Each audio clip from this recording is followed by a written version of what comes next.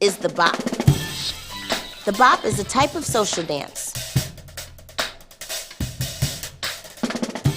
Dance is a language, and social dance is an expression that emerges from a community. A social dance isn't choreographed by any one person. It can't be traced to any one moment. Each dance has steps that everyone can agree on, but it's about the individual and their creative identity.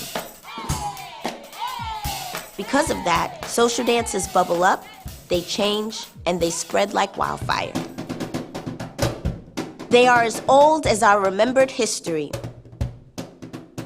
In African American social dances, we see over 200 years of how African and African American traditions influenced our history.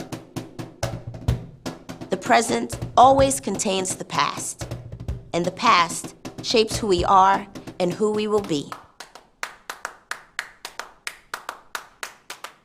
The Juba dance was born from enslaved Africans' experience on the plantation. Brought to the Americas stripped of a common spoken language, this dance was a way for enslaved Africans to remember where they're from. It may have looked something like this.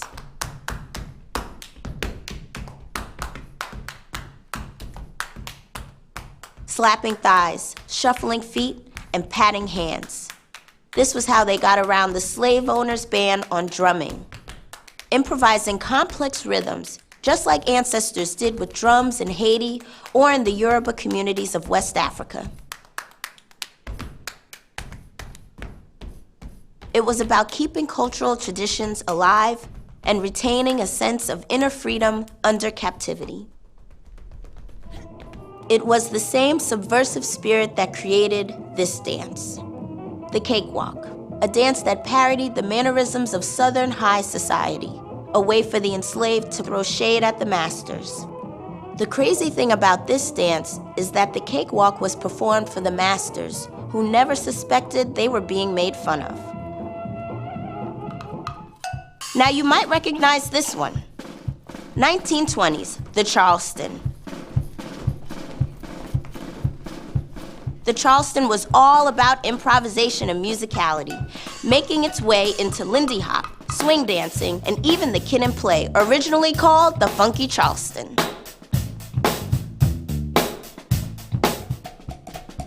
Started by a tight-knit black community near Charleston, South Carolina, the Charleston permeated dance halls where young women suddenly had the freedom to kick their heels and move their legs.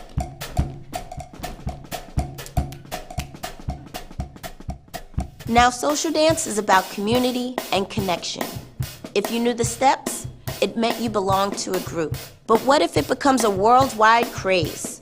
Enter the twist.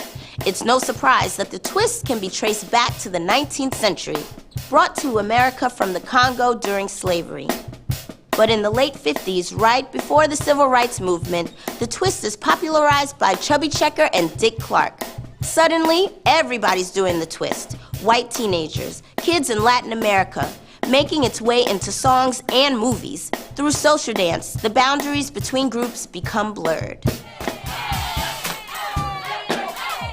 The story continues in the 1980s and 90s. Along with the emergence of hip-hop, African-American social dance took on even more visibility, borrowing from its long past, shaping culture and being shaped by it.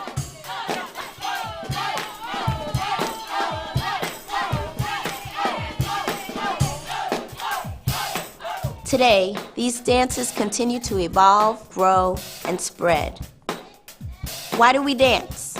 To move, to let loose, to express. Why do we dance together? To heal, to remember, to say, we speak a common language. We exist and we are free.